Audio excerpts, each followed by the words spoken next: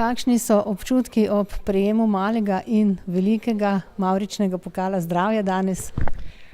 Vsekakor fantastični, vedno je dobro zmagati v čemerkoli, sploh pa zanimivo in fajn je zmagati pokal, ki govori, da dobro delamo z našimi zaposlenimi oziroma da smo vsi skupaj nekako na pravi poti in da bomo zdravo preživeli še veliko uspešnih let.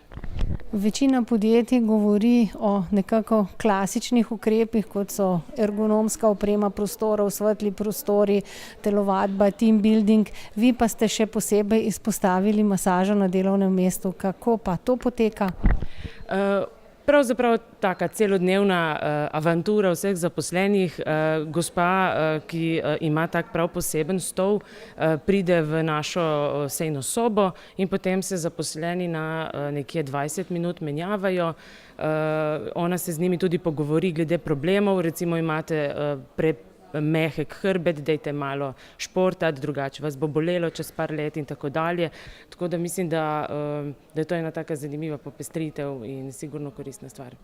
Kakšni pa so učinki promocije zdravja na delovnem mestu pri vas? Mislim, da je na splošno se odraža najbolj v organizacijski klimi. So zadovoljni, so nekako srečni. Jaz upam, da bojo vsi zaposleni naši ostali tudi pri nas do penzije. Tako to je naša želja, da rastejo, da se strokovno razvijajo, mi v njih veliko vlagamo in si ne želimo, da bi kdo šel. Zato nam je zelo pomembno, bolj kot to šport zadeve, ki itak se vsak ukvarja, koliko se le lahko, če je tak po naravi.